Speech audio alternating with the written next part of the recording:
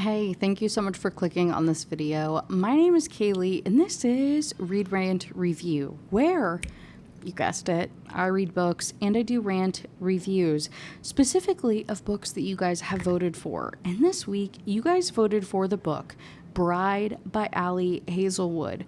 This 410-page paranormal romance, published in 2024, has currently a 3.99 on Goodreads with nearly 600,000 ratings, which is absolutely obscene. So I'm going to go ahead and give you a beat by beat, chapter by chapter breakdown of this book. As of recording, I've only read 30%. So like tonight, I'm going to tell you my thoughts so far. I'll give you a breakdown.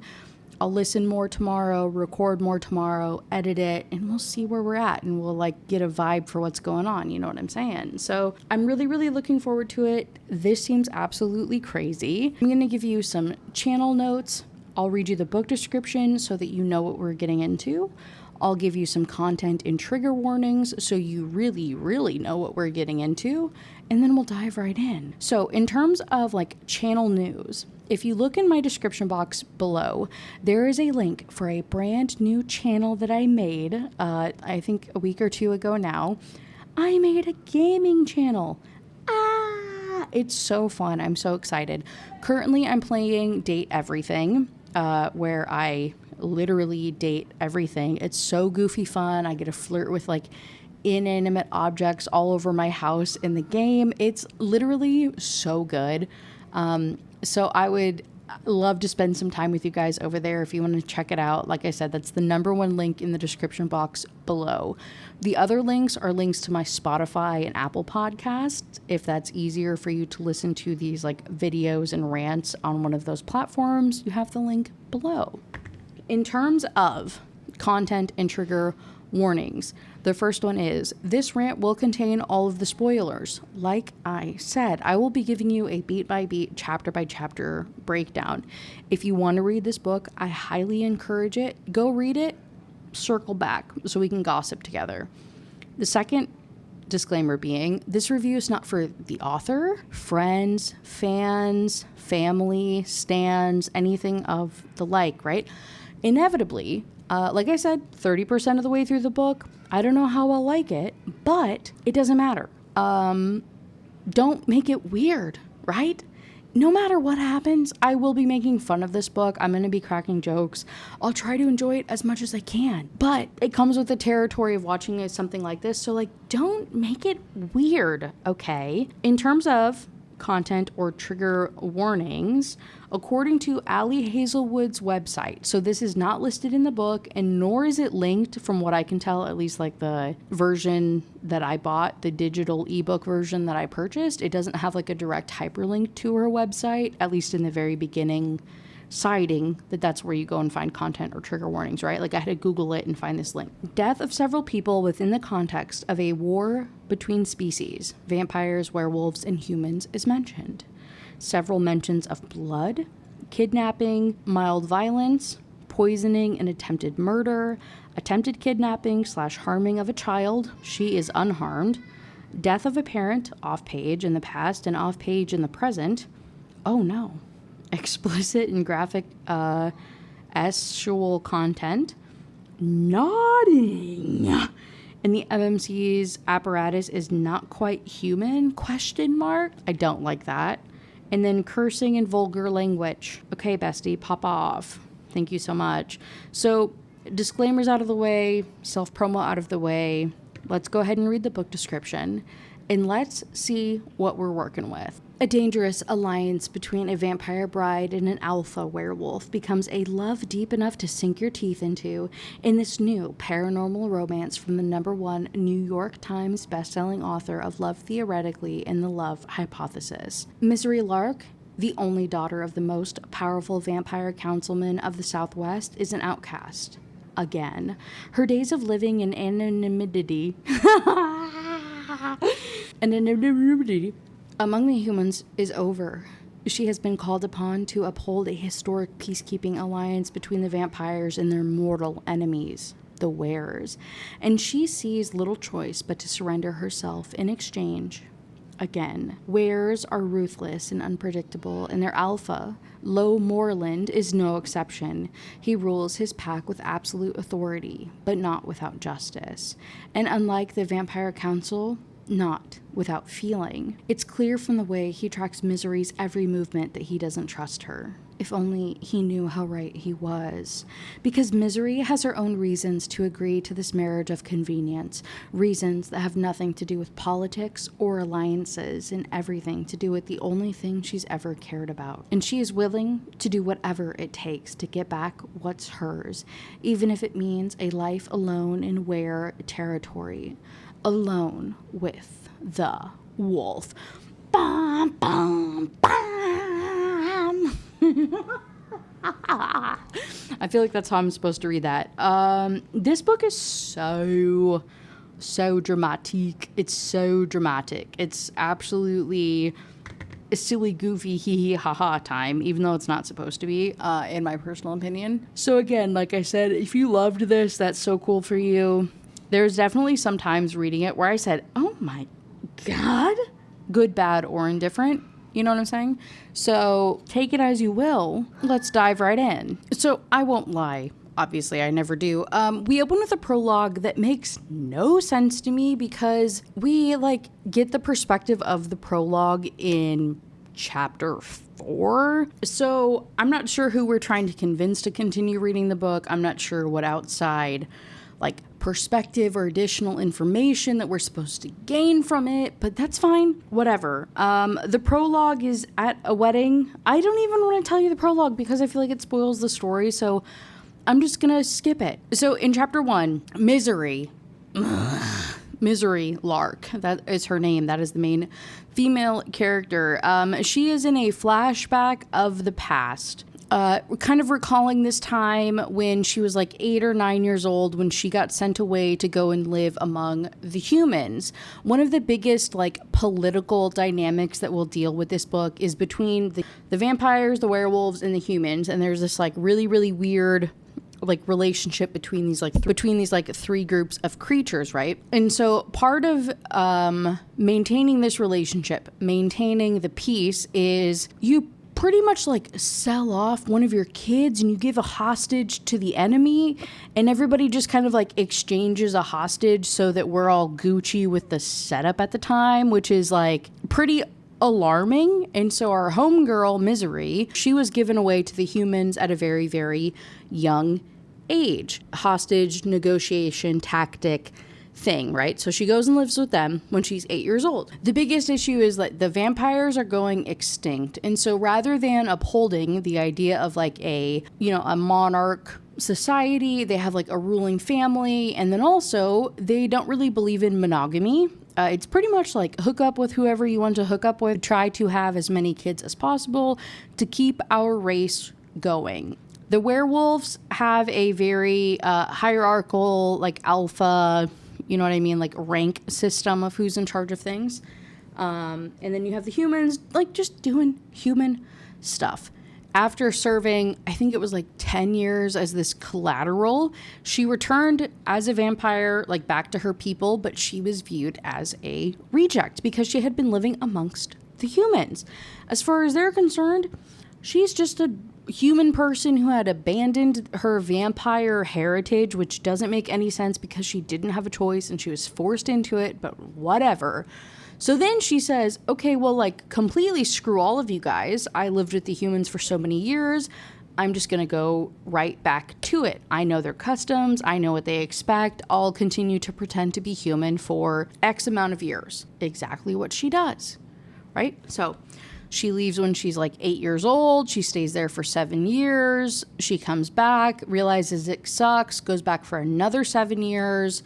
However, crisscross amount of time, she's in her mid-20s, I think, by the point that we are in this book, right? And so by the time we circle back to chapter 1 of this particular book, she is at the end of this exchange of vampire to being human, coming back to vampire, rejecting it, going back to human.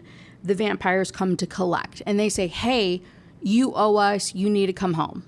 She doesn't have a choice. They completely blow her cover as pretending to be a human.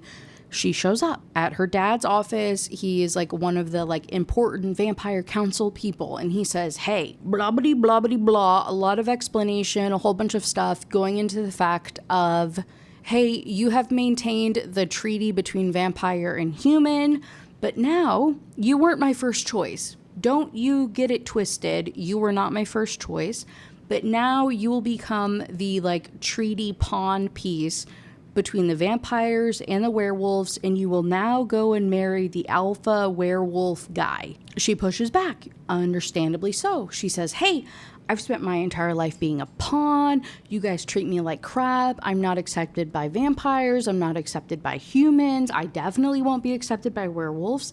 They will literally end my life the second that I cross into their territory.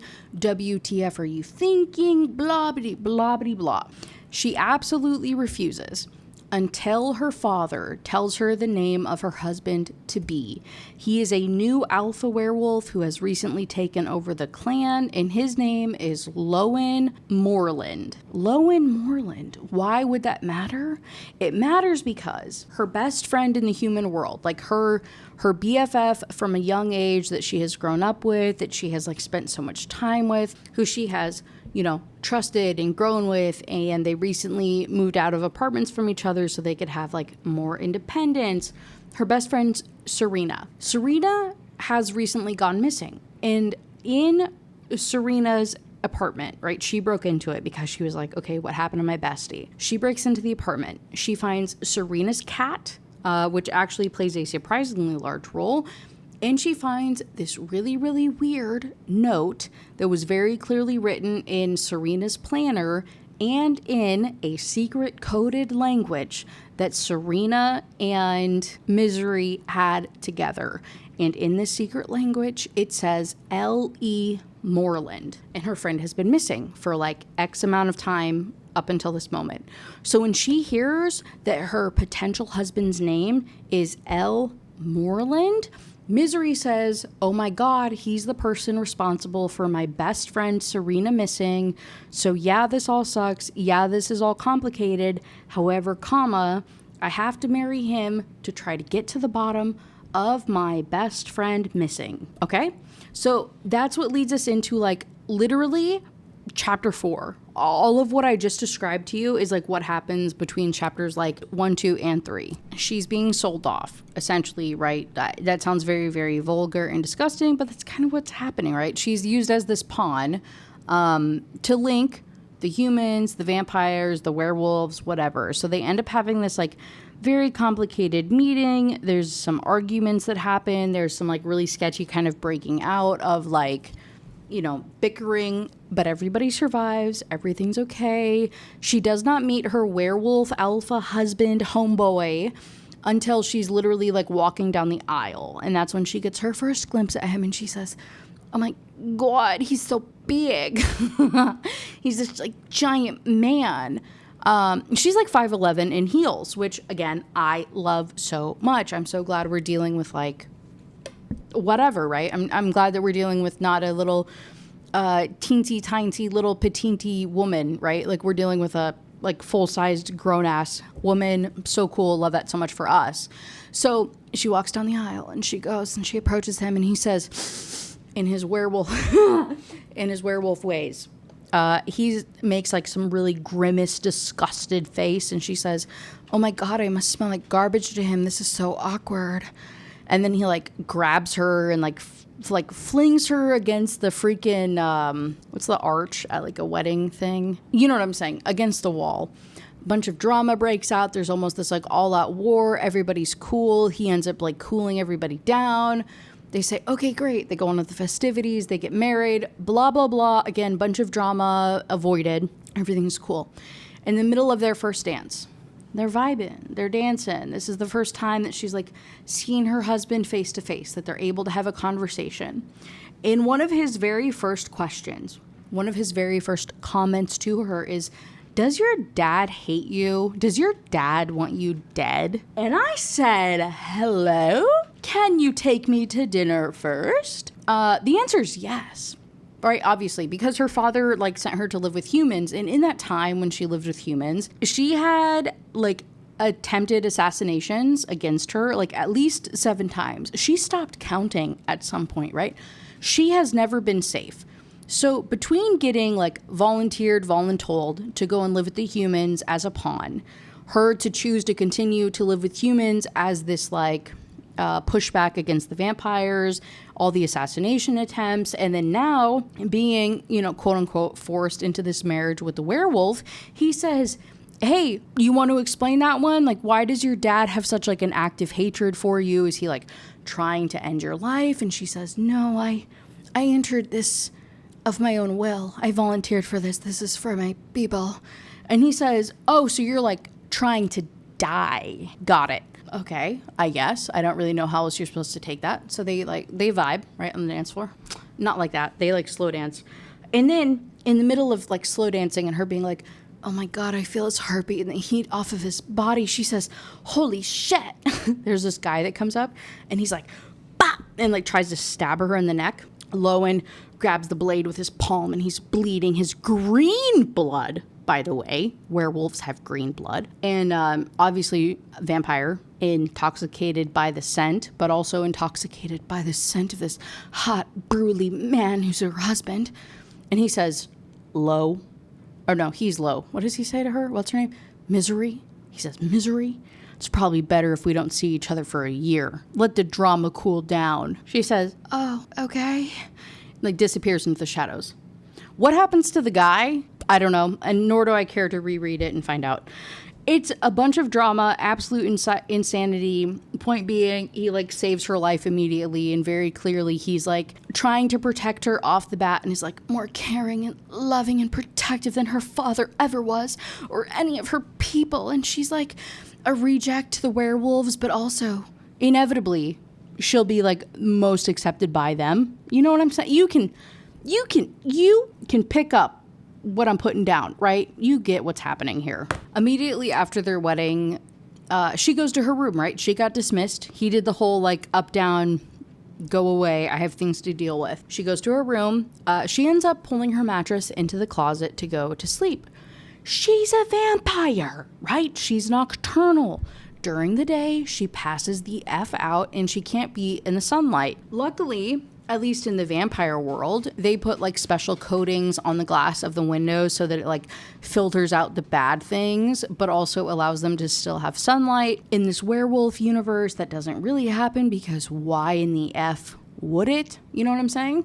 So she is awoken in this closet while she's passed out and she's like really, really groggy, really, really sleepy. She gets awoken by a 7-year-old girl named Anna.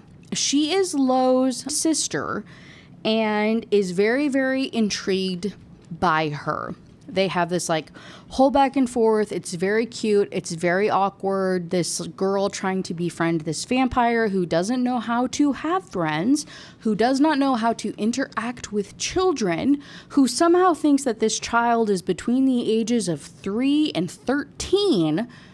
And I was like, you lived amongst humans. You had an orphaned sister, quote unquote, that like you grew up with and lived with, Serena, right? You went through all of these things. You saw all these people. You lived there for 10 years. What do you mean you don't know what the fuck a 7-year-old looks like? I have trouble also telling the difference between children of certain age ranges, but not 3 and 13. There's like a 3 to 5 year like gap that I could see, but 10 years?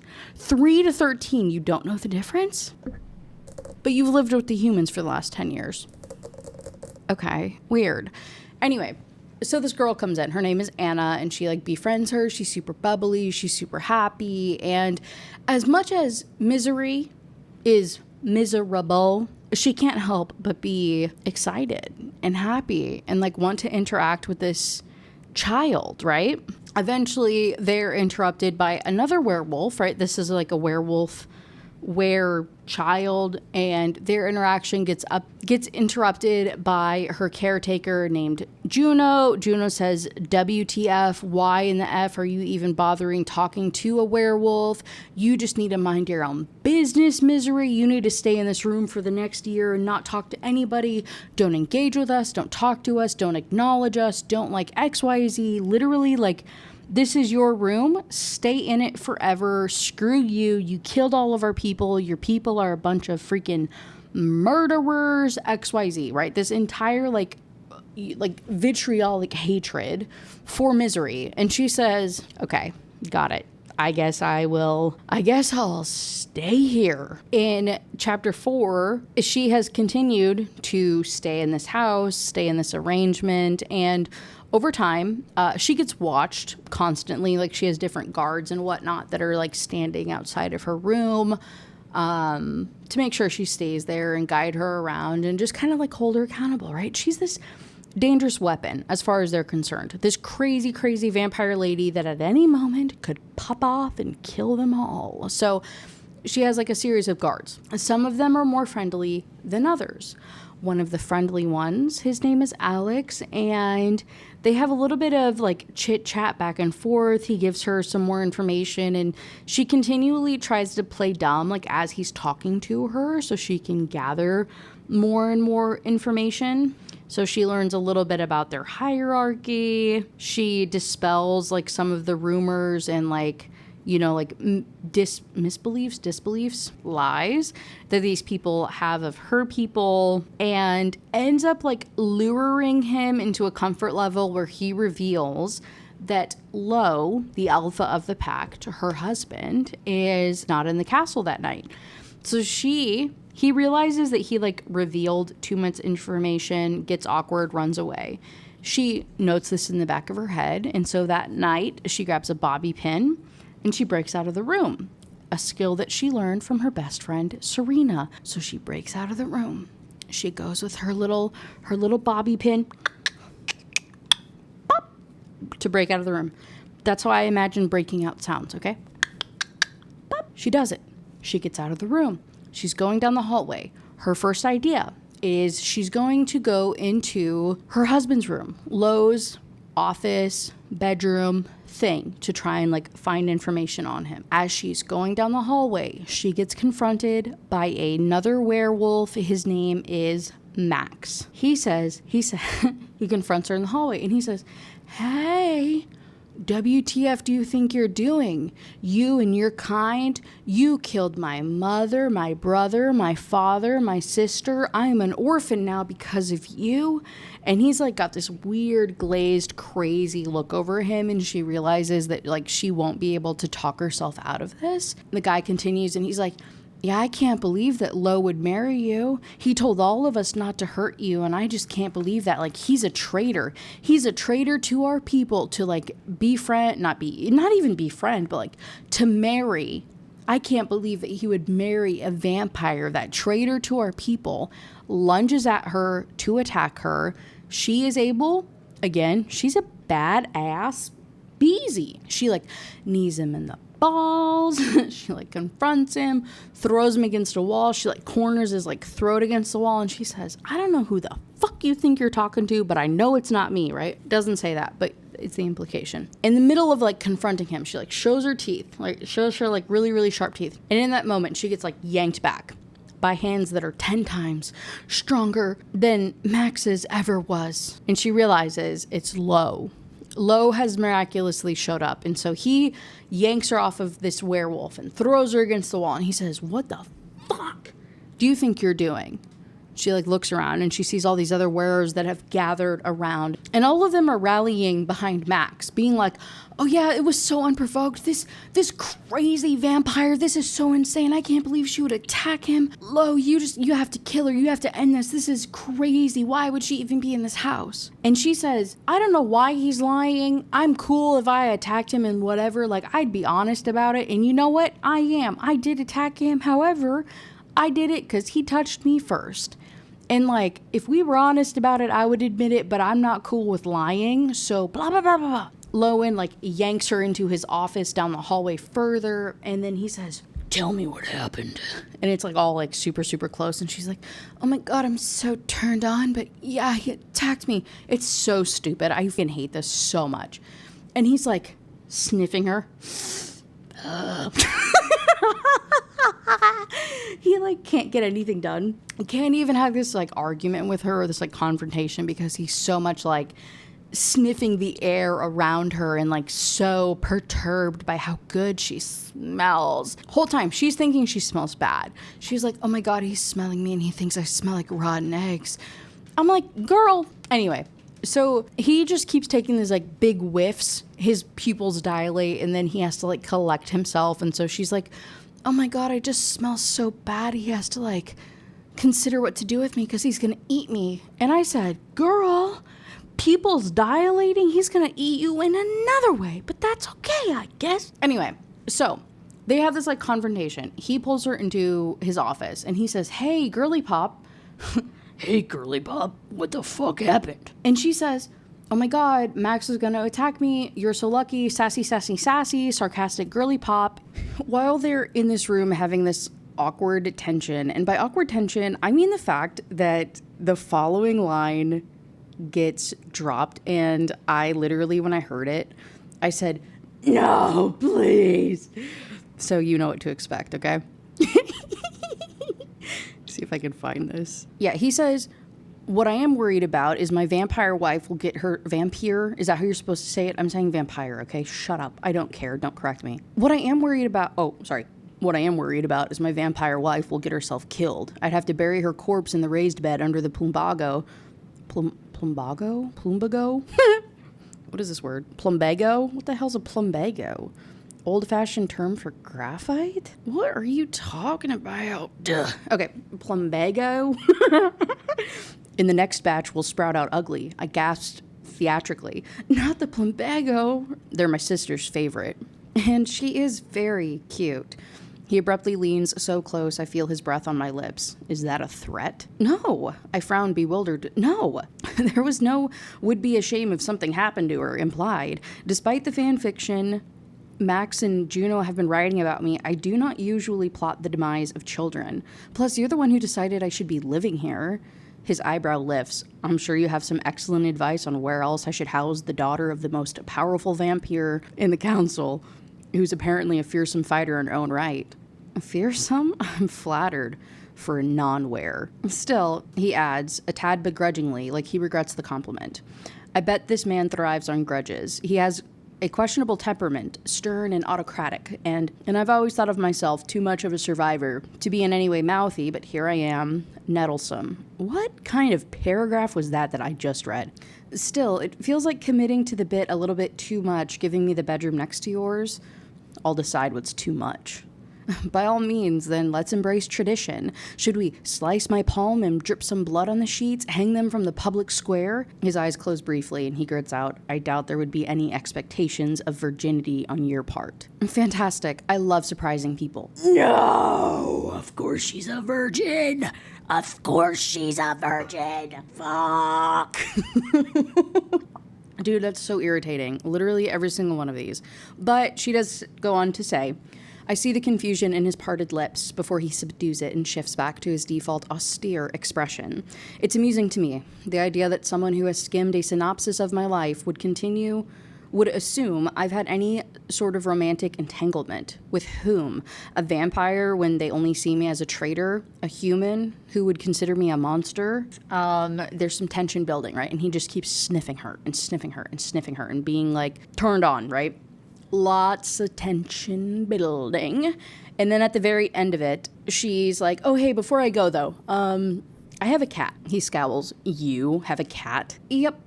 And I stop at that because Lo hasn't earned the right to any explanation for my life choices. Not that anything about Serena's damn fucking cat was a choice. He's currently locked in my room if your sister didn't let him out with her pilfered key. Can I let him roam around the house or will Max try to frame him for racketeering? Your cat is welcome among us. Lo says, if that's not a jab, nothing else is. I wonder how that feels. I say breezily and slip out of the room without glancing at him again. And just in case I did not say it last night, the cat is Serena's, like her best friend that went missing, right? It's Serena's cat. She felt responsible for it and wanted to take care of it, and so she took it with her. She hid it away in her luggage when she was getting moved into this werewolf house place thing. And so after this moment, she's getting escorted everywhere. She's not really allowed to leave her room. She can't really do anything. All of her phone calls with her brother are monitored. And so she goes on to have like a video phone call thing with her brother. And toward the end of the phone call, she says, "You remember when we were children?" I ask, "and Father would take us to the forest to watch the sun set and feel the night begin?" Of course. Neither Father nor the army of nannies who looked after us ever did anything like it. I think of it often. Owen, her brother, says back. She goes on to say, "I've been reminiscing about a lot of things that Father would say, like, that thing I lost. Do you have any news about it?" I shift smoothly between English and the tongue, making sure to not change in intonation.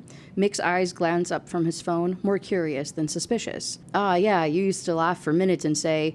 "I have not. She hasn't returned to her apartment. I'll be alerted if she does." "But then you would get mad because Father and I weren't paying attention to you and wander off on your own, grumbling about the oddest things.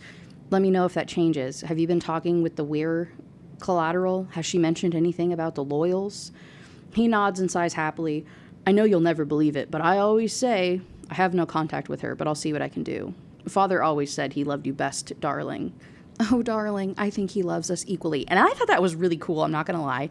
Their little side chat, like integrating their their mother tongue into their conversation to have a little sneaky convo, I thought was so cool, actually. She's hanging out, hating her life, like literally trapped in this like 140 square foot room and losing her mind ever so slowly. And Anna, right, his little sister, Lowen's, is that his name? Lowen? Oh no, what is his name?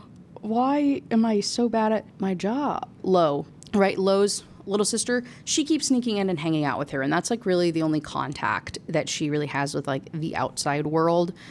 So they're bonding ever so slowly. On one of their conversations, they talk more about the cat, kind of acting like he hates Misery. So Misery's like, "Yeah, I don't know. He's not my cat. It's my best friend Serena's cat, actually." And then Anna goes on to be like, "Oh yeah, my best friend's Misha." And they like have this whole other little conversation, cute thing. But she does find out this night from Anna. Anna makes a passing comment about how Lo will yet again not be home. He's out running errands and he's got some stuff to tend to. And so she slips inside the bathroom to find one of her hairpins and she's like, "I know what I have to do." So she breaks into his room. She goes snooping about, trying to find some type of information. What she does find, however, is his like portfolio of his architect work. Like that is his professional interest hobby thing. So there's these like really, really beautiful drawings. And then randomly within it is also a portrait of her. Interesting. And this is so stupid because she's like, "Lo Moreland has drawn my face and then stuffed it into the bottom of his bottom drawer. I'm not sure when he observed it long enough to pluck this level of detail out of me, the serious, detached air, the tight-lipped expression, the wispy hair curling around the cusp of an ear. Here's what I do know. There's something sharp about the drawing, something searing and intense and expansive that is simply not in the other sketches. Force and power and lots of feelings were involved in the making of this portrait. Lots. And I can't imagine they were positive." I frown, I swallow, I sigh, and then I whisper, "I'm not a fan of you either, Lo, but you don't see me doodling your horns and..." "What?" "But you don't see me doodling you with horns in my diary."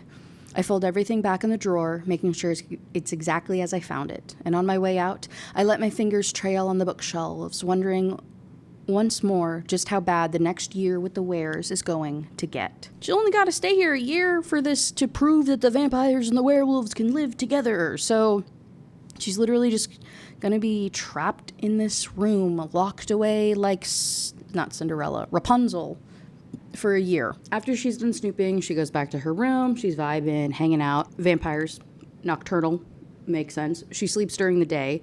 However, she wakes up around like noon because there's a party going on. A lot of noise in the backyard. And so she looks out the window. So she's looking out there. She's watching them. There's like 30, 40 people out there. And she's just admiring how close and cool and friendly everybody is. And they're all just like vibing, right? Just like a backyard cookout type vibe, right?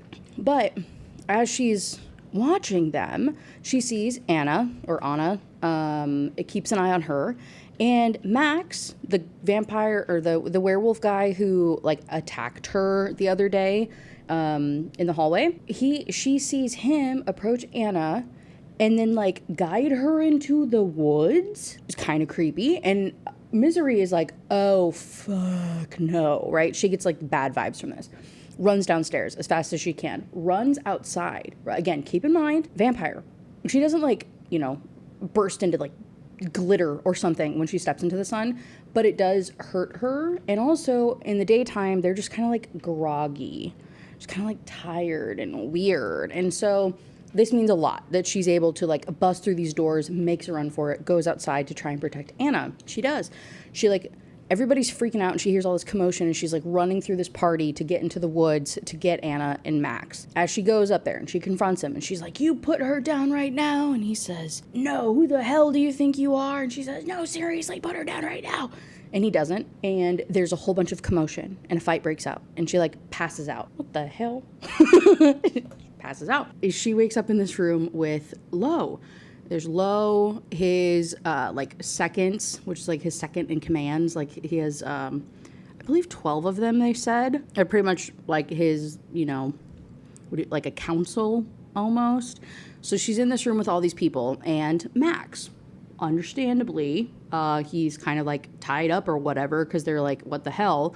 But they're also really frustrated with her because they had set him up. So she like ruined their plan because the other day, right, when he had confronted her in the hallway and he called Lo a traitor, she told Lo that. She was like, yeah, he attacked me because he said that you're a traitor and he attacked me because I'm a vampire, blah, blah, blah. Turns out there's this like whole clan subunit of people called the Loyals that are loyal to the previous Alpha Pack leader. Lo is the new Alpha. Like he got in a fight, for power, ended up killing the previous Alpha, and there's like a little bit of consternation about it. And there ends up this like camp of people called the Loyals who are loyal to the previous one, trying to take Lo down. So the assumption was that maybe Max has been, converted, or maybe somebody's like paying him to represent the Loyals. Okay, so they like set this like trap, right? So they were gonna have him, continue with his kidnapping plan so then they could like follow him and figure out what the hell's going on. Obviously Misery ruined this because she likes Anna and she tells Lo as much because he says, what the F is your problem? Why would you mess this up? And she's like, I just wanted Anna to be safe. I don't know what you're talking about. I didn't know this was like a thing. Okay, good reason. Hey, good reason. At least you're protecting my sister, right? So Lo is like, okay, cool. But now we like don't have any information.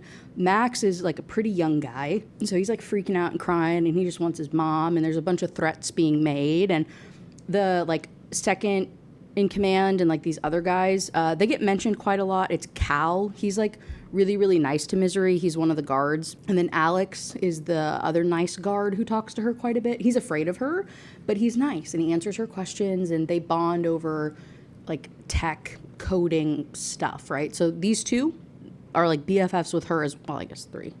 These two are friends with her, okay? So the same guys are also now threatening Max, threatening to like torture him basically until he opens up about what the hell he was doing and why he was trying to kidnap Anna. Misery, seeing all of this, seeing this escalating, is like, wow, I actually don't want to witness a child being tortured, so hey, can I put him under a thrall? So what the hell is a thrall? It's basically mind control. So the vampires have this ability to like beep boop, beep boop, beep boop, mind waves, and like make somebody like tell the truth, like a little truth serum almost. Puts them in like a trance state. They say, have at it, you crazy lady. Because the werewolves don't believe that this is a real thing, right? They have heard like stories. Again, they haven't like interacted. Like these species have been at war and hated each other for like 1,000 years. So all of these rumors and crazy talk of the different powers, they just assume it's fake. It's not. Homegirl looks at Max, does her little thrall thing, and then all of a sudden he's like, they call it like she microwaved his brain or something. And she's like, no, I did not microwave his brain, but he's all yours, and you guys might want to hurry because this is only going to last about 10 minutes or so, and he won't just word salad his life story at you. You need to go ahead and ask him questions. No one speaks. Did I accidentally thrall them too? Something like, why were you trying to take Anna, Max? She says to give an example. And Max responds and he says, I was tasked to take her to the Loyals where she could be used as leverage to force Lo to step down as Alpha, he recites tonelessly. The room explodes in a flurry of panicky, suspicious mutters that have nothing to do with Max's answer. In fact, I'm pretty sure I catch a microwaved his brain. The thrall. Lo murmurs. Yep, that's it. No deep frying involved. I thought it was a myth, Cal whispers, that our elders used to scare us. I can relate, she's thinking, since I grew up fairly sure that if I misbehaved, a were would crawl up through the toilet to eat my ass. What the hell? Sorry, I was not expecting that line. I can always tell when I read something for the first time with you. What the fuck? She says, it's not. I'm not good at this, actually. It seems best not to disclose what someone like my father could do. You look plenty good to me, Cal says, and he actually sounds admiring, while the other ones are staring at her like suspiciously or like whatever, you know what I mean? But they all push back and they're like, well, how do we know that you're not like planting something in his head and you're making him like say particular things? She shrugs and she's like, okay, well, like ask them something that I wouldn't know. What happened when you asked Mary Lakes out for a date? Juno says. She said no, Max drones. Why? Because I had a huge blob of snot coming out of my nose. It's funny, but no one laughs. The group seems to have gotten over the initial incredulity, and Cal starts grilling Max. Did Roscoe's mate send you to take Anna? I believe so, even though I did not talk to Emery directly. Stop. Lo interrupts, and the room falls silent again, and he turns to me.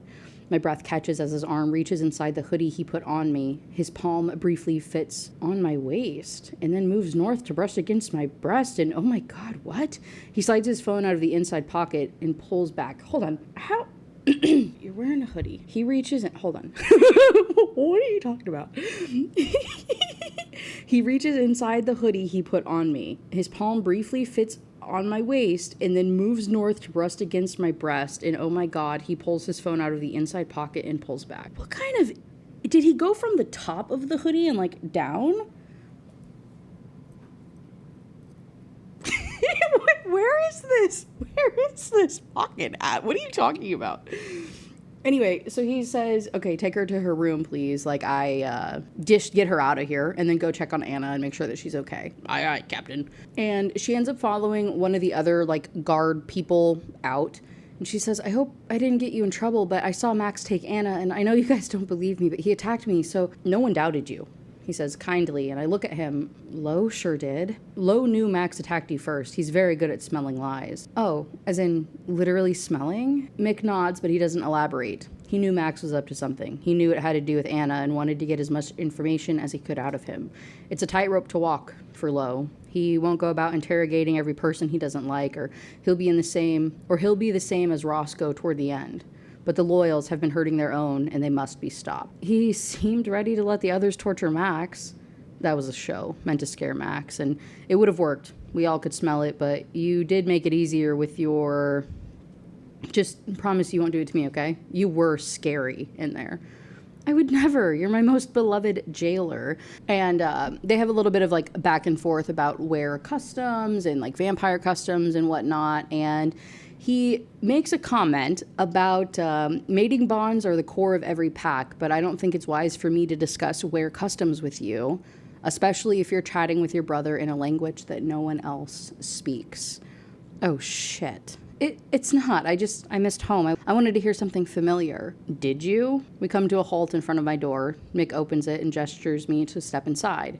How curious. You don't strike me as the type who ever had a home. Oh my God. He's not wrong, but like, I think I would be so offended. That's so mean. I think it was Twisted Love by Anna Huang. What was it? There was a quote in there where the main male character was talking to the woman, and he was saying about how, like, she doesn't know how to give hugs because she's never had one before, or like something adjacent to that.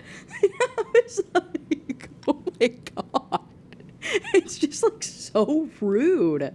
And that tone kind of continues because in chapter 9, she is being confronted by Cal, who has turned into a werewolf and is like confronting her because she is in Lo's office trying to like break into his computer again.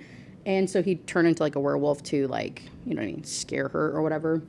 Lo comes in, he calls off Cal, and then he says, hey, what the fuck, wife? Why are you trying to like break into my stuff? And she's like, I'm not trying to break into anything. I just, I was trying to reach out to friends.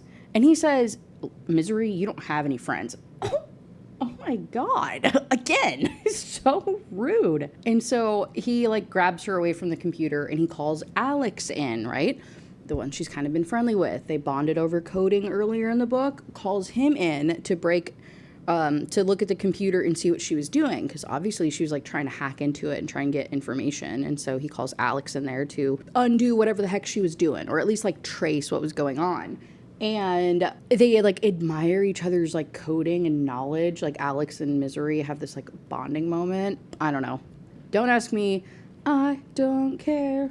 I hate it. But he continues to be like, okay, cool. So what the F are you doing? And he threatens to kill her. He's like, I will break the pact that we had with the vampires if you so much as lie to me. You have to tell me the truth. And so she ends up blurting out and she's like, Serena was my friend. I'm trying to find Serena. She was my friend, my sister. Lo's entire body tenses. Like he had some guesses, but my answer was not among them. A vampire then? I shake my head. Human, but we grew up together. In my first few months as the collateral, I was disruptive and sad, and I tried to run away and put myself in dangerous situations. Once it was just me and the human caregivers, and they hated me. So the humans decided that the company of another child might make me well behaved. They found an orphan my age and brought her to live with me. He huffs, bitter, and I'm afraid he might not believe me, but then he says calm and yet not. Fucking humans. I swallow. They did their best. At least they tried. Not enough. Serena is gone. She vanished a few weeks ago, and you think a were took her? I nod. Who? I have no choice but to tell him the truth. And if he has anything to do with her disappearance, he'll have something to do with mine too. You. He seems unsurprised. Why me? You tell me. Your name was in her planner on the day she disappeared. Maybe she made plans to meet you. Maybe you were part of the story she was writing. I don't know. A story. Ah, that's the Herald. She was a journalist. It's not a question, but I nod, and finally Lo pulls back. He remains between me and the door, but he rubs his hands across the stubble on his jaw, frowning somewhere in the distance, instantly preoccupied, trying to recall.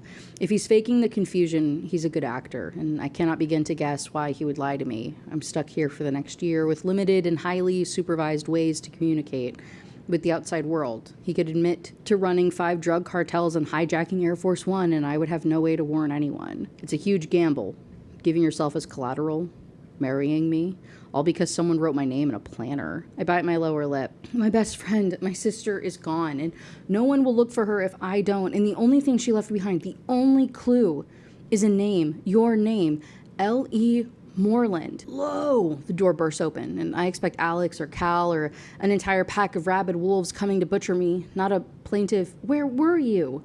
Followed by the soft shuffle of socked steps on the hardwood. I'm instantly forgotten.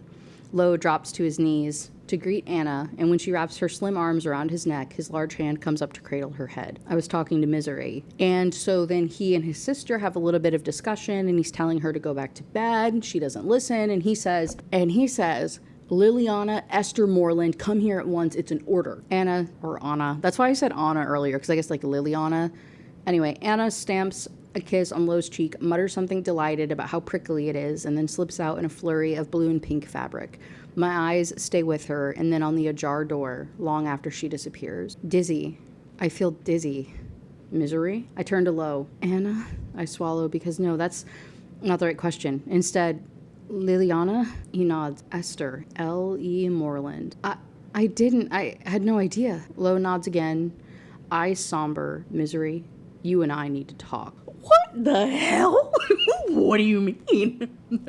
I'm invested now. All of a sudden, I really want to know what the hell happens. In chapter 10, they go to the kitchen and they have this like real heart-to-heart bonding discussion where they pretty much agreed to be on each other's side. She tells him more information about Serena and how she went missing and why she was so concerned about it, and he says, okay, cool, so if you think it was a where, go ahead and pass all communications over to Alex, and Alex will sift through it. Because, like, yeah, I know you're saying you didn't find any clues, but if it was where business, you might not know what you're looking for, so go ahead and hand it over. And she says, why in the hell would I do that? Like, what are you trying to get out of this? The answer really and truly is the fact of somebody looking into his sister, right? Because he's like, why the hell would anybody know, L.E. Moreland? Like, that's really, really weird. So that's what he's trying to look for. Additionally, it matters because Anna is a half were, half human.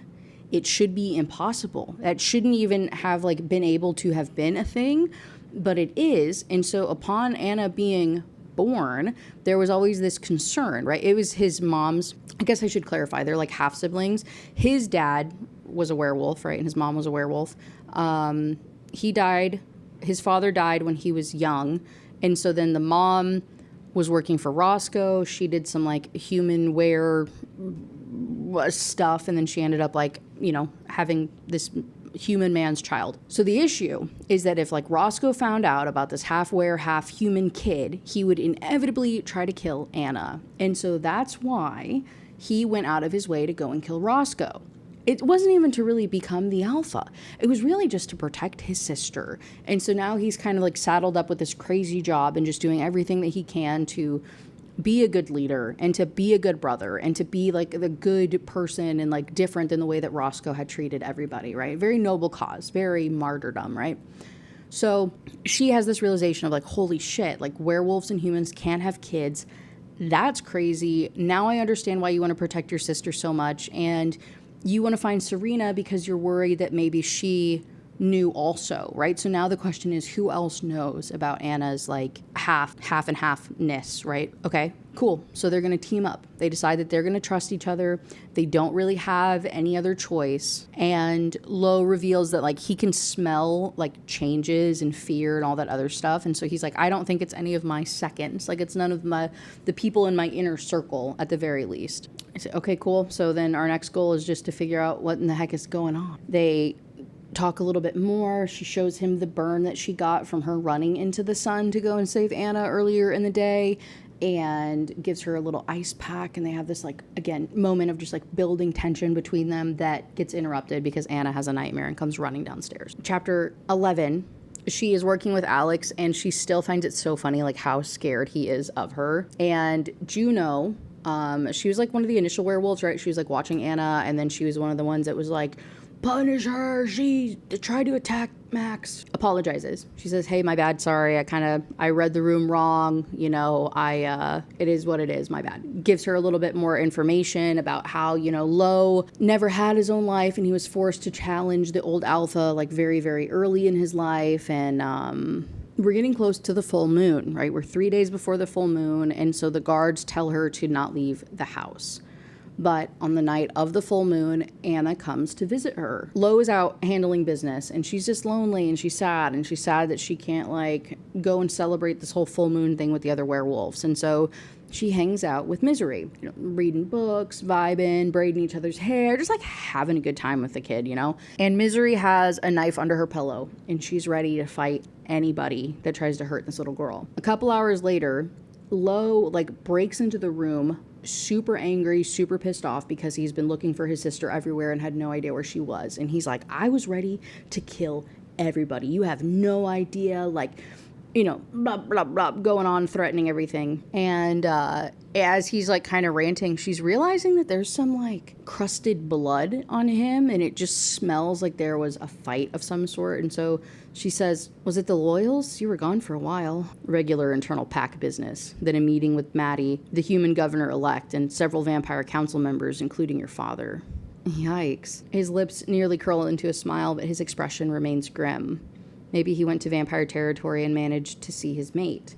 Maybe he's angry that I'm what he comes home to these days, and I can't blame him. Her idea is that, he has a mate that is collateral in the vampire world. Like pretty much the whole alliance thing, everybody kind of like traded a hostage basically so that they could vibe and like maintain alliances. So that's kind of what she's thinking. She's like, oh, maybe this is why he hates me and he didn't want to get married and he's so grumpy all the time because, you know, he's forced to marry me for a year, but his like mate is elsewhere. I don't know where the hell she got this idea from, but that's kind of where she's like at in her brain. So anyway, she's like, yeah, I wonder if he like snuck out to go see his girly pop. And she ends up asking him, she's like, do you think they'll stick with these alliances? He doesn't reply, not even to say that he doesn't, cannot, no. Instead, he looks at me for many, many moments as though I have the answer written on my face, as though I am the key to unlock this. If the humans knew of Anna's existence, I say thinking out loud, that humans and wares can... I let the thought dangle. She could be a powerful symbol of unity after centuries of strife, or people could decide that she's an abomination. Too unpredictable, he says, reading my mind and bending to take his sleeping sister from my lap. Lo's hands brush mine in exchange. When he stands, Anna instantly snuggles in his arms, recognizing him by scent even in her slumber, babbling something that sounds too heartbreakingly close to Mama for comfort. I want to ask him why I found a jar of creamy peanut butter in my fridge, if he's the reason the house is now 3 degrees warmer than when I arrived. But I somehow can't bring myself to, and then he's the one to speak. She ate peanut butter with him the night before, and then peanut butter magically appeared, and she also complained of being cold. Okay, low key, he's listening to his lady, and he's like helping her out and like doing cute stuff, right? He's like, he's a gentleman. Okay. And by the way, Misery, I look up at him. Yeah, we have sharper knives. He points at mine with his chin. That one's not going to do shit on someone like me. It's not? Third drawer from the fridge. I listen to his heavy steps, and once the door to my room clicks closed, I pick up my book and I start reading again. Thanks for the tip, I guess. What the hell? In chapter 12, it's the turning point, right? The pack is starting to accept her. They're open-minded. They're kind. She goes to dinner with them. They have like a pack dinner. And she's like, wow, this is the first time I've actually felt like I've like belonged somewhere, or I've had like a family in any way, right? Because she got sold off when she was so young and like traded and just like treated pretty poorly. And so this is a big deal for her. And the only thing to note is she like pretends to eat with them because she is a vampire. There's like bags of blood that she like slurps up, and that's how she does it. She doesn't live feed from anything because that like promotes bonding and like causes trouble and is this like whole separate thing, and it's also like a sexual experience to like feed from a live being. And so they just don't do that because the vampires were going extinct, and so they went to like baggy blood to drink instead, so that way the vampires could have like multiple partners in order to, you know, keep their like race going. That makes sense? So she like pretends to eat with them. They're having a good time. Everything's great. Anna loves her so much, finds out that Misery doesn't know when her birthday is, so she's like, well, let's celebrate it today. We'll just have it today. It's very, very cute stuff, right? At the end of the night, though, she hears Lo and one of his guards, one of his like advisor seconds people, having an argument about Lo wanting to go to the human territory, about wanting to go and visit Emery, the old Alpha's wife, the one who they're like suspicious of this whole like insurrection thing that's happening. He wants to go by himself to go and like confront her and see like what's good, right? So the guard clearly is pushing back. And in chapter 13, Lo goes out onto the roof. Misery goes out onto the roof. She finds Lo. He reveals that he has insomnia. And so she asks him about this trip that he's planning on taking to go and confront Emery, as well as, you know, opening up to her about having to become the Alpha at such a young age and how really what he wanted to do was be an architect, but he would do, you know, anything for his people, and he had to protect them from the previous Alpha because he was like turning way too violent. And it's again this like bonding, this establishment of this relationship between them finally. And she's asking him about how like this whole mate situation works.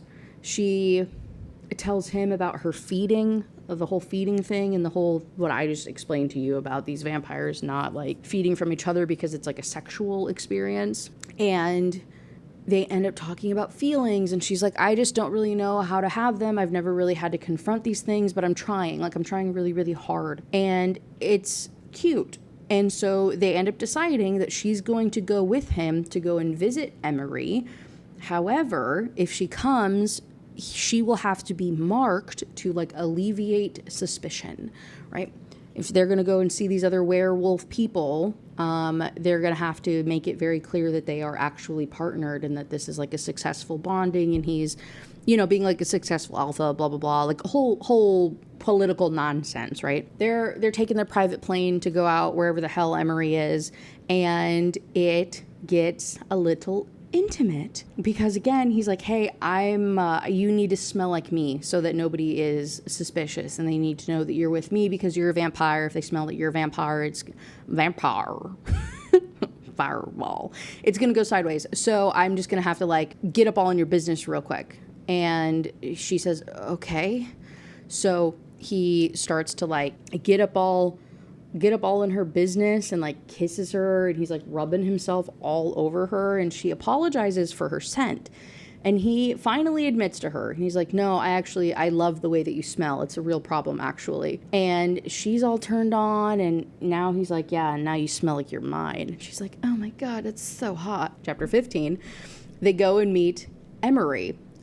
She's okay. She's pretty pleasant, but like her guards are pretty tense, and it's a very awkward dinner. Lo, that night in their room, insists that she feed from him. Scandalous. And they have, again, a little bit more like intimate kind of tension building conversation. It says how he's not going to be able to sleep, right? He has this whole like insomnia thing going on, and she's like, well, I can help you. And she like runs her fingers like through his hair and is like massaging his scalp and stuff while they're talking. And she's like, yeah, I know you gave your life up for your pack. And he says, I mean, you did the same thing. She's like, well, yeah, but I did it for Serena. And he's like, I'm pretty sure you would have done it even without her. Like, you would have given anything to like help your people. And she's about to argue, and she realizes she can't because he's already fallen asleep. So over the last 3 chapters, we have escalated quickly of this like friends to this like enemies to lovers situation. We've really ramped it up. And in chapter 16, she's taking a bath, and he was out on a run, and he comes back and he sees her in the tub. And so he like grabs her leg and tells her about going to dinner tonight and how they need to plant listening devices in Emery's office. They say, okay, cool. They go to dinner. There's some discussion about they have some discussion about this whole human alliance thing, and it's this like pretty tense argument between Emery and Lo. It's all cool though, whatever, we press on. They end up breaking into Emery's office. Again, homegirl, Misery, pulls out a little hairpin, and she does that old like pop noise, trick to break into the office. They plant devices. There's guards that are coming though, so they like pretend to be like hooking up basically in said office to like throw them off that there's nothing suspicious going on. Interesting. And so she like feeds from him again, and this time he like rubs up all on her to like, she ends up finishing, you know what I'm saying? She really had a good time with this whole situation. And in chapter 17, they continue to do that. The guards find them. Nobody suspects anything. She's telling him, she's like, I'm sorry, I didn't realize how intimate that was going to be. And he's like, it's cool. I'm actually like really turned on by it. We should take this somewhere else. They get discovered by Emery and this other guy that was at dinner that doesn't really matter. And Emery's disgusted by their relationship. The other guy's just intrigued by it. But they don't question anything. And the other reason that they don't question anything is because they have news. The guards have been calling, trying to get a hold of Lo because Anna is sick. Really, really, really sick. And so in chapter 18, they fly home immediately. They go and find her. She's sick in a way that like the doctors don't understand, and they can't cure, and they can't figure out what the frick is going on. And so there's this really cute family moment where they're both laying on like either side of Anna and like comforting her. And Misery, she's like, okay, well, I think this is like poison, basically. She's like, and I think we need to get human medication to help this. Like, you're gonna have to go into human territory to get this fixed. I don't think this is something that like the wares are familiar with. I'm very confused about the dynamic of this world. I'm not gonna lie to you, but that's fine. So they listen to her, they trust her judgment. They go out, they get the medicine, they give it to Anna, she gets healed up. crisis averted, everything is fine. But while like all of that is happening, Misery goes and talks to Alex, right? The werewolf IT super smart computer guy, and lies to him and says that he needs to compile a list of all of the people who worked at the Humanware Bureau. What she's really trying to get information of is she's trying to figure out who Anna's dad could be. Because they don't know objectively, right? But they know that it was at the Bureau because that's where the mom and the dad met. Okay, cool. Maybe this will unlock something. Maybe this will answer a bunch of questions that everybody has. In this, doing this request, Alex realizes that she smells like Lo, and Alex realizes that they've been like hooking up essentially. They haven't had like full blown like intercourse, but they, you're picking up what I'm putting down. So he says, "Oh my God, you little freaks, you little freak nasties." Like I said, the medicine works. They move on with life, and ultimately, the chapter ends on kind of a somber note where Lo opens up about how bad he feels that he couldn't protect Anna. And it was one of those moments where it's like, yeah, if you weren't here, like if you didn't know this like medicine and these symptoms and everything, like she would have died and there would have been nothing I could have done about it. Oh my God, right? Cut to chapter 19. She's talking to her brother again about this whole feeding, and she kind of like reveals to him about her feeding from or off of Lo.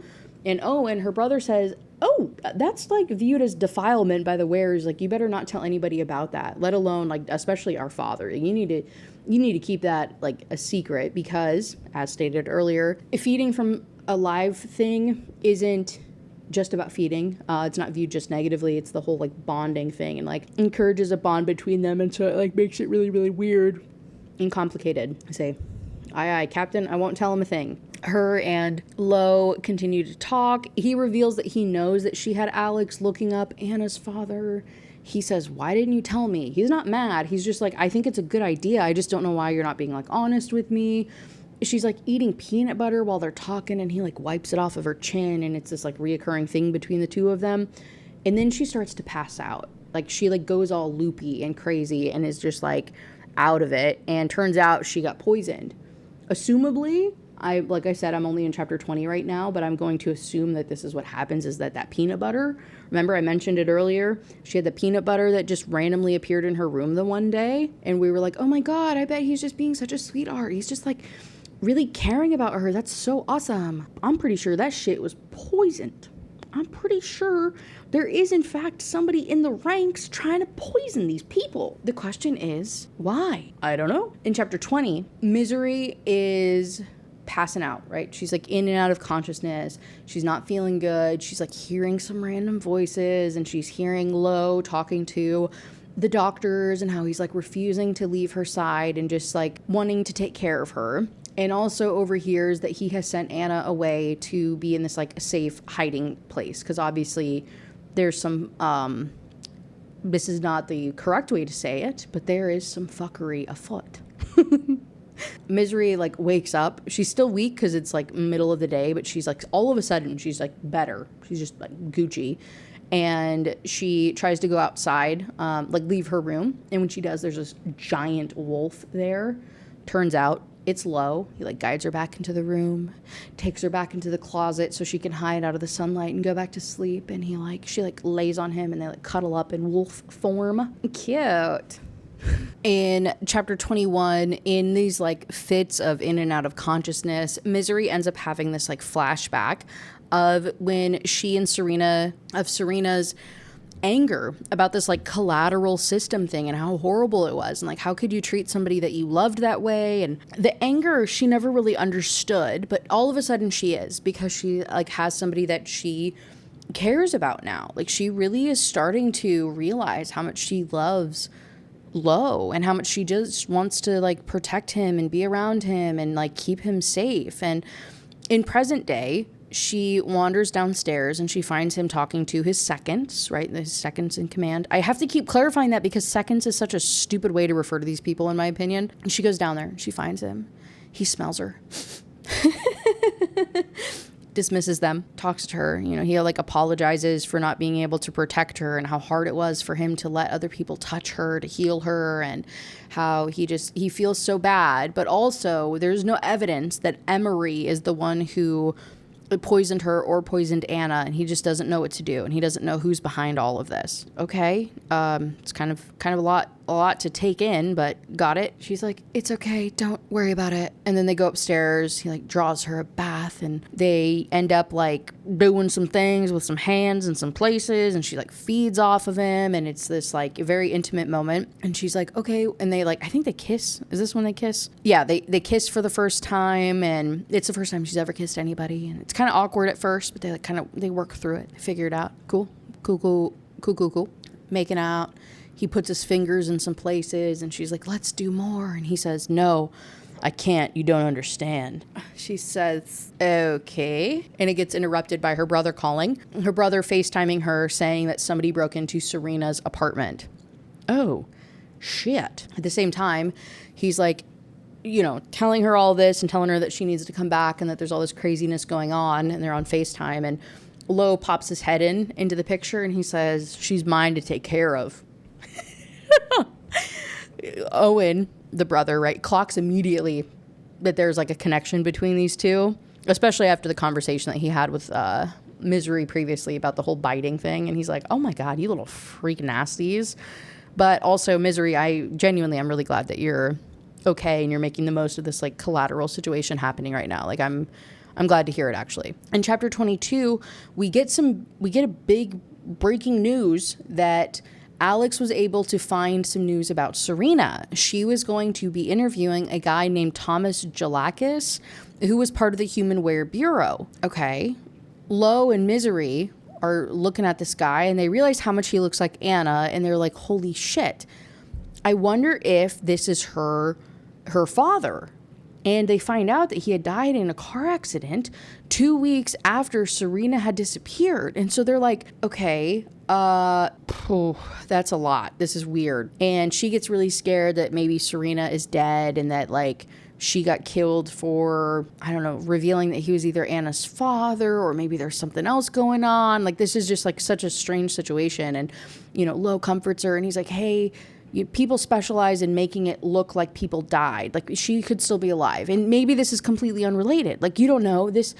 You don't know, right? He's like, it's okay, baby. It's okay. And so they decide, though, to go and talk to Davenport. He was the ex-governor. So, like, we have the new woman human who took over to start leading things. They're going to go and talk to the guy that she replaced. I didn't talk about it. Again, it's like a bunch of political, like, bureaucratic crap that I don't care to tell you about. But part of the reason that all of this, like, interchanging and collateral and like unifying all these people happened because of the shakeup at the humans and the shakeup at the werewolves, right?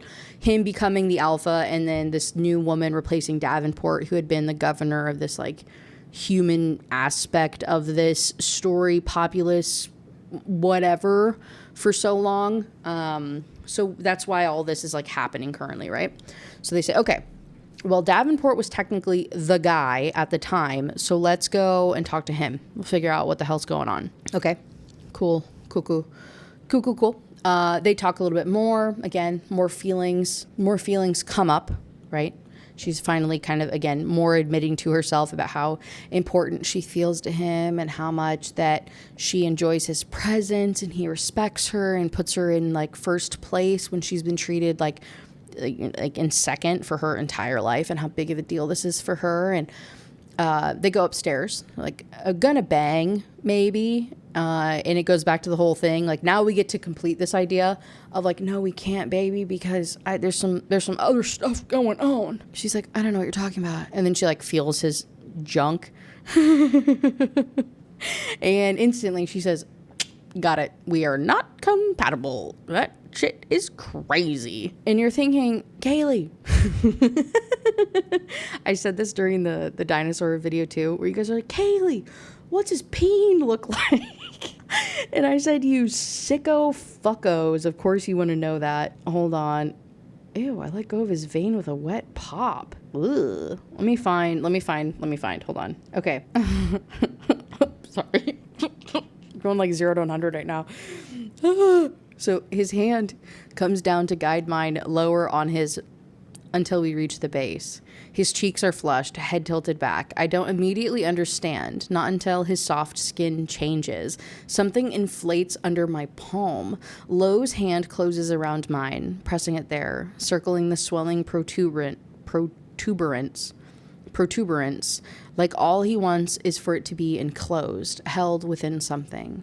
It grows larger, and Lowe's stifled groans grow louder, and misery. He says my name like a prayer, like I'm the one thing standing between him and heaven on earth. And that's when I understand what he meant. Sexually, he and I might not be fully compatible. What do you mean? Cut to chapter 23.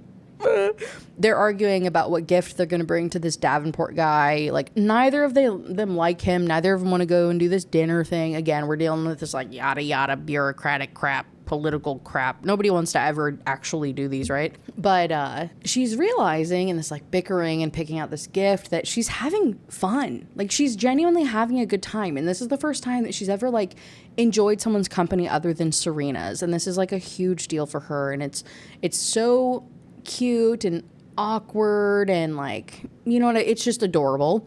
So they end up going to this dinner with this Davenport guy. They have dinner. It's also awkward there. It's just kind of weird. Davenport ends up, like, making a joke about the Jalakis guy and about how he was, like, a ladies' man and how he knew Lowe's mother, and so Lowe gets pissed and, like, pins him up against a wall, and it's this very, like, dramatic scene, and they're, like, yelling at him, and they're trying to figure out, like, why'd you kill him? What'd you do to him? And I don't know where that came from. Don't ask me. And in Davenport, he's like, he was going to tell everybody about the embezzlement, and he was trying to sell me out to some, you know, gosh dang reporter. So, oh, okay. So now Lowe and Misery are trying to figure out, how would Serena have known this, or how would she have gotten this information out of him? And the thought is that maybe she knew about L.E. Moreland, right? Maybe she knew about Liliana. Maybe she knew about Anna, and she maybe sold out information about his kid to get information from him about this, like, bigger breaking criminal enterprise thing. And what's her name? Misery is kind of in denial about this, because she's like, there's no way. Like, my friend wouldn't throw a literal child under the bus just for some news story, right? That seems weird. Like, I don't think she wouldn't do that. But Lowe says, well, maybe she is, and maybe she's in hiding because of it. Like, you never know. Okay, that's fine.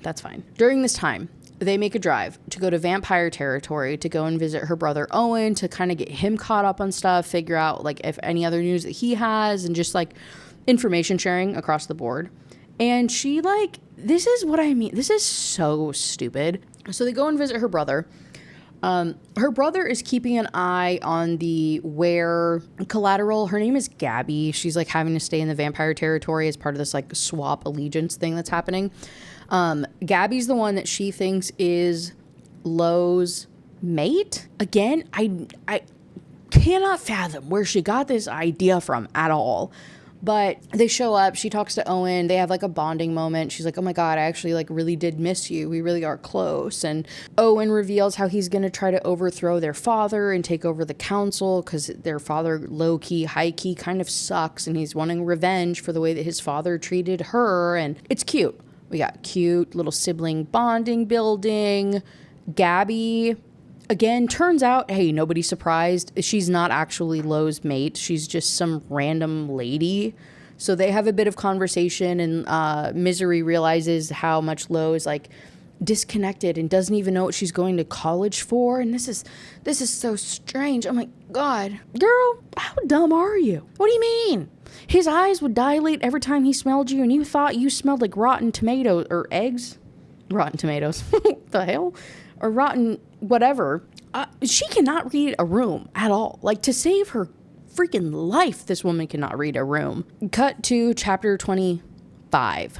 While they're in this, like, human territory area, wherever the hell they are, they decide to stop by Misery's, like, human apartment that she was living in. And Lo is obviously overwhelmed by the smell, because all it is, it's just her smell everywhere.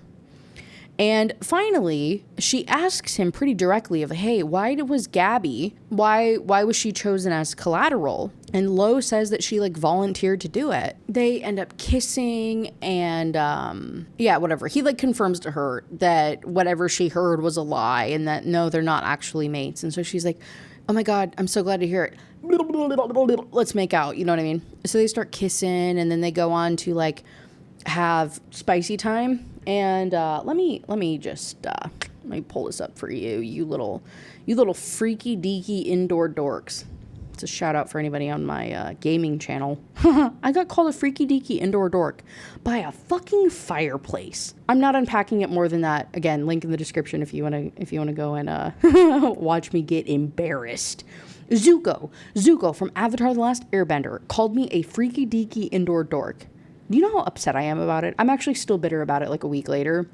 Anyway, so she's like, hey, I want to do it with you. And like, I'm not afraid.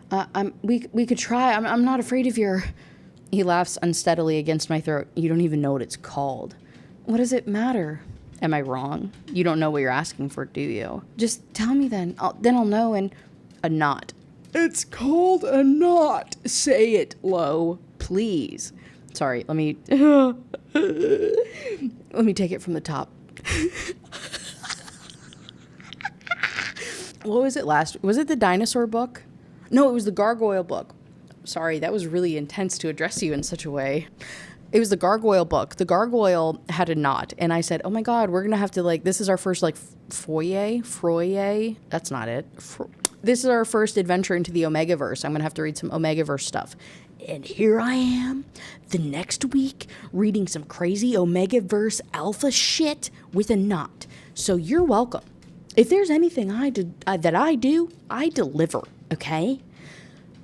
So, she's like, just tell me then, and then I'll know. And a knot. It's called a knot. Say it, please. Knot. A knot. His grip tightens. His breath goes shallow. Shit.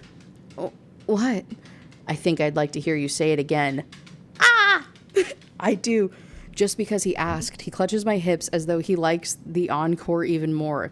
Do you know what its purpose is? I may know nothing about were biology, but I'm not stupid or naive. Yes, say it. To keep it inside. Ah! Sorry, I hate this so much. He says, to keep what inside, sweetheart? Ew! She says, your cum. But it's C-O-M-E. I don't like that, but that's a different story. And he said, you'd be okay with that? I nod. He groans. I'm not sure I'd be willing to risk hurting you. You can stop if it hurts, if it doesn't work. She's like, well, what if I can't? You will. I know you will. Or I won't be able to because I want it too much. Ew, I don't like that. Ew. Oh, this would be easier if you smelled a little less fuckable. Oh my God. So they, trying to push you guys can't see it. I have my like iPad like tucked in such a way like right under here. So I'm just like reading. Trying to push it away. Oh yeah. Oh, so then she asks like, they like do it, whatever. And then she's like, hey, do wearers always not? And he ignores the question. He tries to move on. And he's like, hey, I'll go get something to clean you up. And she's like, no. Can you answer my question? And he says, no, we don't. It's complicated. I don't think it's complicated. In fact, I suspect it might be very simple. And so she asks, she says, explain it to me, please. It's a sign of, it only happens between certain people. On second thought, I'm not going to clean you up. I'll just leave you like this to send a clear message to anyone who smells you, who you belong to. Had it ever happened to you before? He says, before? She's like, before me, nodding. Did it ever happen with anyone else? And in this moment, homegirl starts to spiral because she's like, whoa, hold on. You've never nodded before. This is why you reacted to my scent so heavily. And she's like, finally, for dumb as bra. Dumb. What was the Punk 57, Penelope Douglas? The main male in that book, he called her Rocks because she was dumb as a bag of rocks. Turns out Misery is also rocks, because she like finally puts it together, and she says, oh my God, that's why you like freaked out when you smelled me the first time. This is why you could never be near me. This is why everything between us has been so extreme this entire time. I'm your mate, and you never told me. And she's like, gets all like offended by it. I'm like, girl, you're a fucking werewolf. What do you what do you mean? And so he keeps saying her name, right? He's like, Misery. It feels, or he's saying it like she's torturing him. And she's like, I'm not trying to make it sound weird. I feel the same way that you do, or maybe not. Maybe I don't have the hardware. Maybe only another wearer can feel the same, but I really do like you. More than that, I haven't quite figured it all out because I don't have much experience with the feeling, but maybe you think this frightens the shit out of me. And wait, what? Hold on. I'm sorry. Did I just... Oh, no. You can tell I'm reading live. Oh, no. He understands, I think. He knows. He feels exactly the same way that I do. But then his expression shudders, and his tone can only be described as compassionate. I'm sorry if I've ever given you the wrong impression about what was happening between us. Oh my God. And he says, yeah, you were right. Gabby isn't my mate, but I'm afraid that you've reached the wrong conclusions. Lo? He shakes his head slowly. I'm sorry, Misery. Lo, it's fine. We should stop discussing this now. And he goes on to say, oh my God, this is like a really up conversation. I'm just gonna read it all to you, okay? So yeah, we should stop discussing this right now. No, I'm right. I know I'm right. You said that a mate grabs you by the stomach and Misery. He speaks harshly this time, like he's scolding a child. You should stop filling your mouth with where words you cannot understand. My throat falls to my stomach.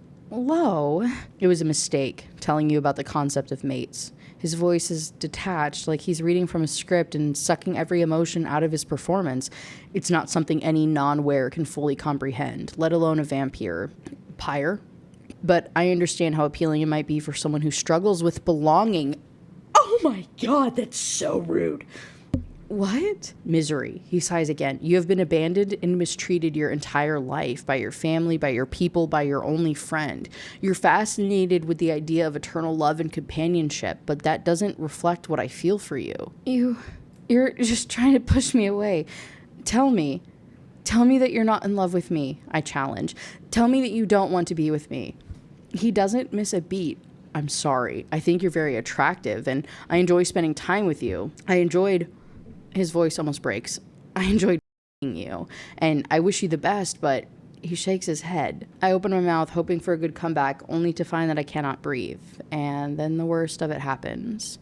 Lo wipes the back of his hand where, if I could cry, a tear would streak my palm.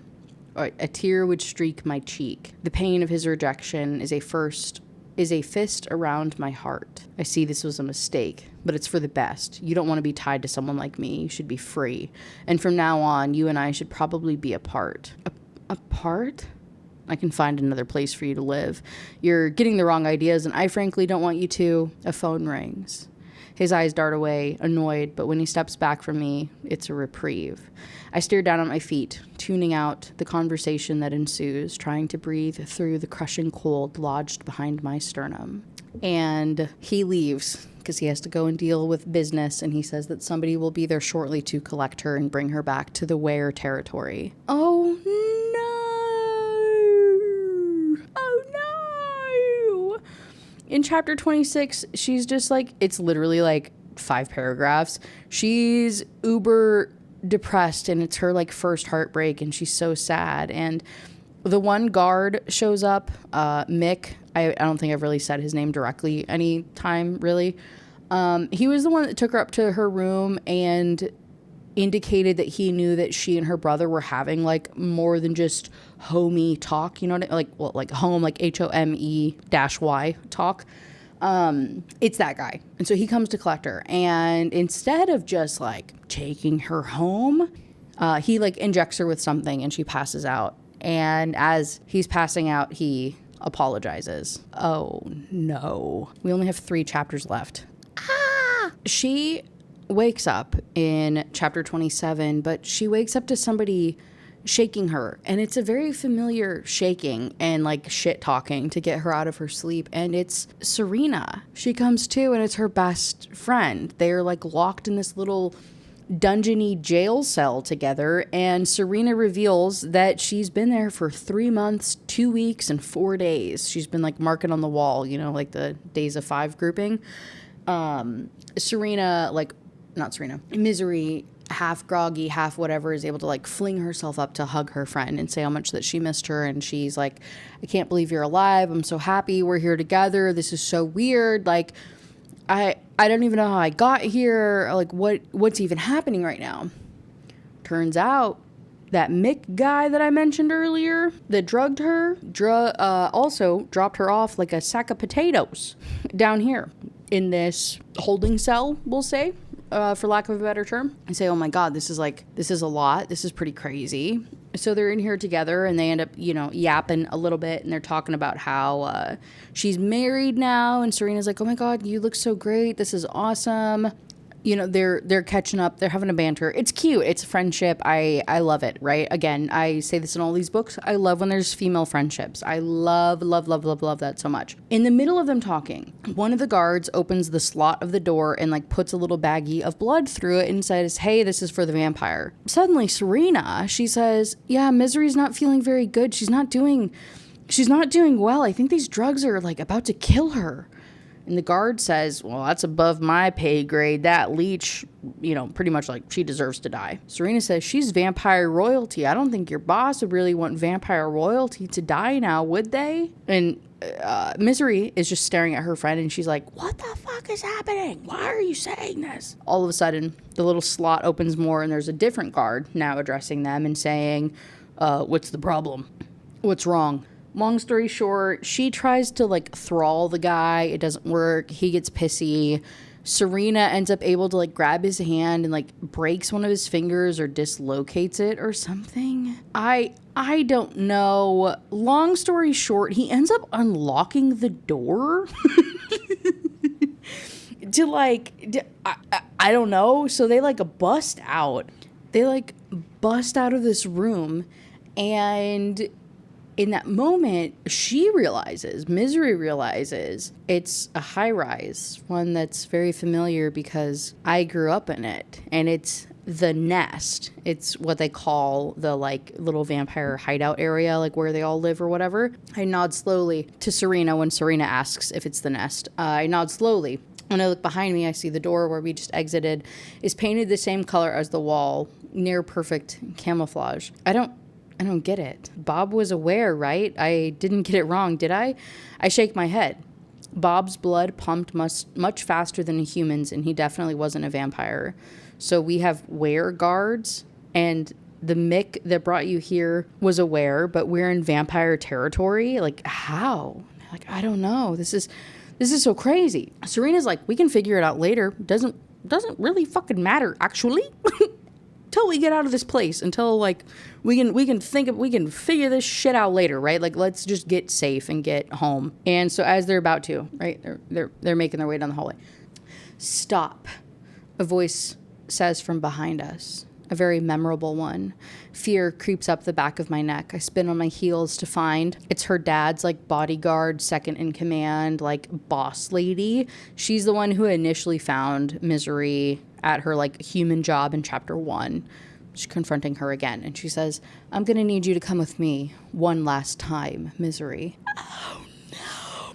In chapter 28, the lady and her guards, they take her to Misery's father. Mick is standing behind him, looking ashamed. Mick, the werewolf guy, right? We've talked about him a little bit. And she asks Mick, she says, okay, well, fuck my father. Mick, why you betrayed Lo? Like, what's even happening? And Mick is like, well, he has my son as hostage, and I was forced to do this. And her dad criticizes her for not seeing like the bigger picture of what all of this is and how this could benefit them. And he asks her, and he's like, do you know why I didn't kill Serena? And she's like, no. Turns out Serena is half werewolf. What the fuck do you mean? She's half werewolf, half human. So he had like housed her to live with Misery when they were growing up together to like monitor the situation. It was both of them being like monitored together and like spied on together because they were both like, right, collateral and like a freak of nature, basically like viewed upon by these people. And you know, Serena admits to it and she's like, I didn't know until like more recently in my life. I had no idea. And so she's like, I started looking for my parents and I found like the Thomas the Jackalis guy. He had been interested in finding me and the Davenport guy, right, that Misery and Lo had that dinner with. He got thralled, so he got like brainwashed into being convinced that the Jackalis guy needed to die. What kind of shenanigans is happening right now? Really, what it all boils down to is her father trying to kill off all of these like half were, half human kids, and blaming it on the Loyals. It was like a good cover story, and he's trying to kill off the half were, half humans to like eliminate the idea that they could be together, because if the wares and the humans realize that they can merge, then they'll form like a formal alliance, and then everybody will turn against the vampires, and the vampires are already almost extinct anyway, so this was the right thing to do for their like race or species or whatever you want to call it. And so the dad's like, I'm just looking out for my people, you know, I'm doing what I can to maintain the structure and like maintain that like we're the ones that they need to side with and blah, blah, blah. I'm like, why can't y'all just live in harmony? What do you mean? Why you gotta kill folks? Okay, they can all bone. Obviously, your daughter and her husband can bone. Can't we all just be happy and mind our own fucking business? What do you mean? Why are you killing folks? It don't make no sense to me. I'm not gonna lie to you. Anyway, long story short, it ends up turning into like Henry, her father, brings Lo into the room, and he's like all handcuffed and stuff, and her dad's like, yeah, we gotta prove a point to them, and I heard that there was nothing worse for werewolves than losing their mate, so he tried to poison Misery, like that's why she almost died and got really, really sick and stuff. Again, why? How did he know that she was his mate? How did he know that the plan would work? Like, what are we talking about here, right? But in the midst of this like big reveal from her dad, Serena speaks to Misery in their like secret coded language, and she says, hey, I'm half werewolf and I can control it. Like, I can shift whenever I want to. Misery gives this final like, oh my God, Lo, I love you so much. You know, this is so great speech to him that is like actually feeding him like little secret messages about him. Like, and like somehow is able to convey the fact that Serena is a werewolf and can turn into a werewolf at any time that she desires. And so when her brother Owen, when he takes off, sorry, this is like escalating so fast. And so her brother is the one that brought Lo into the room, and so the brother takes off the restraints from Owen or from Lo. And Serena's not handcuffed in any way. And so when he removes them from Lo, the two of them turn into werewolves, and they go through and they like attack all the vampires in the room. Except for obviously Owen, the brother, and obviously her, and obviously Misery, right? The two of them are spared. Everybody else gets like eaten and destroyed and like murdered, essentially. He said, what the hell? In chapter 29, we get some additional information, and it turns out that they had like a recording of Mick being the one to break into Serena's apartment, and so they were able to like share that information and like confront different people. And Owen is just so impressed with the way that Lo protected her and like wanted to take care of her and whatnot. And so this was all Lo's plan, to get this like pretend arrested, to like set her up for all this stuff, to have Mick be the one to collect her, to be able to save her, to rescue her, to prove that this, her dad was a bad guy, and blah bitty blah bitty blah. They there's like discussion about if the brother or if Misery are going to be the ones to take the place on the vampire council, because they're like one of the families that like represents the council. The assumption was always that like Owen would take it because he's the boy, right? He's the older brother, so it would make sense. But they talk about it and they're like, Misery, like, do you want it? Blah blah blah blah blah. I don't know, back and forth. She's like, I don't give a shit. I don't want it. Owen, you can take it. Okay, cool. They're also trying to find Mick's son to see if his story checks out, like if that was true, like was he actually like a sellout, or was he actually like blackmailed and like forced into working for the vampires? Like it's like a whole thing too. And I don't think they killed her father. I'm pretty sure her father's like in holding somewhere. And then at the very end of chapter 29, her and Serena, they make up. They're buddies now. They're friends. They've, forgiven or talked through whatever issues and beef and whatnot that they had of like keeping secrets from each other. Yay! So cool. In chapter 30, the last chapter of the book, 3 days have passed, and the entire time she has spent it with her friend Serena, who's like struggling to come with the terms of her new identity of this like half human, half werewolf, blah, blah, blah. When Misery goes to try to find Lo to talk to him about like, hey, maybe we can have Serena integrate with the werewolf so she can like meet her people, he's missing.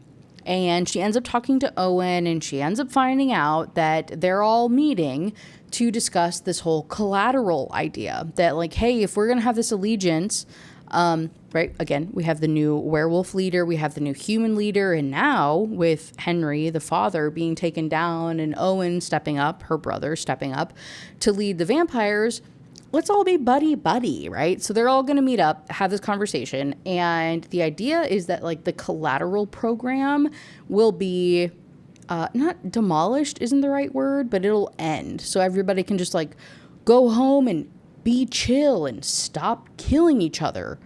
Wild concept. I know. That's what happens, right? They break this like treaty requirement thing, but regardless of her being required to be there, she still wants to go home to Lo, and so she does, and she walks into his house and she's like, am I welcome here? Do you still like me even though I don't have to be? And he welcomes her with open arms, and she's like, why did you lie to me? Like, why did you tell me that I didn't matter? Like, am I your mate or am I not? And he's like, I just want you to make decisions. I want you to make your own decisions. It shouldn't matter how I feel. I just want you to be happy. Aww. She reveals that she's in love with him, and if he doesn't actually love her back, she's like, hey, I need to move out. Like, if this is not the same thing that I thought it was, like, I need to get gone because this is really, really awkward. And he's like, no, I do love you. I do love you so much. He reveals that he like changed the windows in his house so that they would be like the vampire version of windows that like helps like eliminate the UV rays or whatever that like makes her tired so that she could live more comfortably in his home. And she's like so impressed by this, and she's like, oh my God, we weren't made for each other obviously, but like I'm choosing you anyway. And so he finally admits to her being his mate.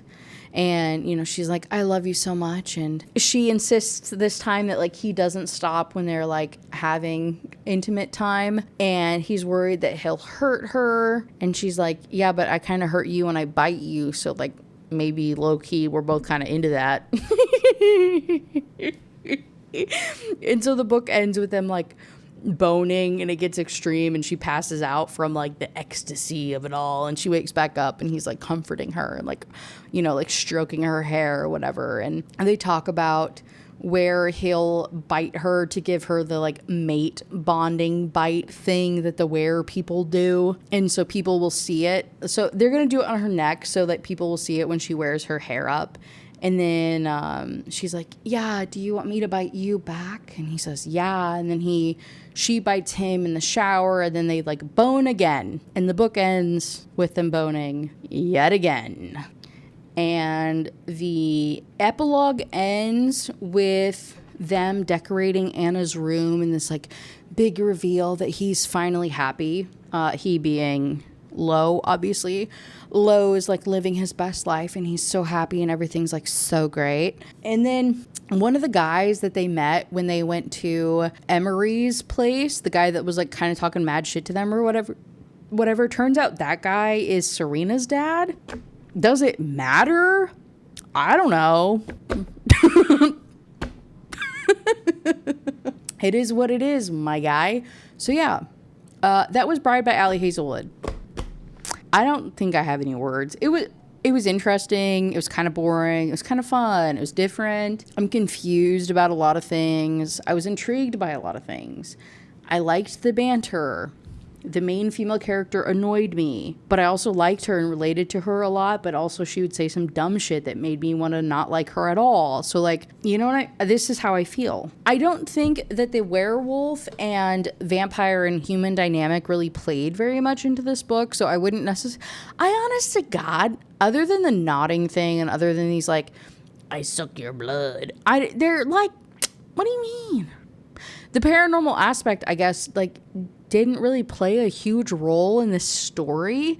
It just added the fact of the like political dynamic or the like whatever you want to call it, the drama to the book. You know, it gave like maybe a purpose for it, but it didn't play a big role. Like you could have made these like, I don't know, they didn't have to be paranormal to have this same occurrences and opinions and drama happening, if that makes sense. And the nodding thing was crazy, but not like crazy. Maybe I'm so numb currently to what like a crazy book is, but I was like, this wasn't even bad. What do you mean? Yeah, I don't know. I'm still open to reading more Allie Hazelwood books, but I feel like I'm going to have the same complaint every time of a otherwise very relatable, intelligent main female character pisses me off with some dumb shit. But I would much rather that than a 17-year-old or 18-year-old like child bride. So, or like purely abusive relationship. You pick your poison, I guess. This is like the least bad of them. You know what I'm saying? It was good.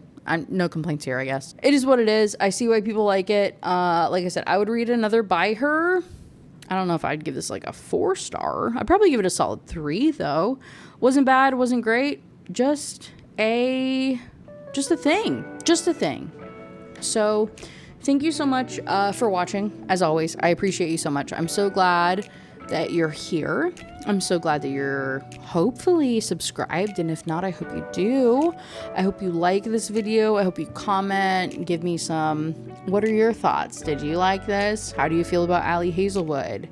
How do you feel about vampire? How do you feel about nodding? Don't tell me, please. It was a joke. You know what I'm saying though? Work with me. I don't know. Again, for the 3rd time, I know I'm so repetitive and gross about it, but I have a gaming channel and it's so fun. Currently, I'm playing Date Everything. I'm literally having such a good time. So if you want to check it out, if you want some bonus hee ha ha fun time moments with me, I say moments, it's like hours long videos of me playing these video games. The link is in the description box below. I have these videos on Spotify. I have the podcast version on Apple. If you want to support the channel financially, I have memberships so you can get ad-free versions of these videos, as well as ad-free versions available through Patreon. So just letting you know, do with that information what you will. I appreciate you so much. I'm so glad you're here. Again, thank you. And I will see you in the next one. Bye.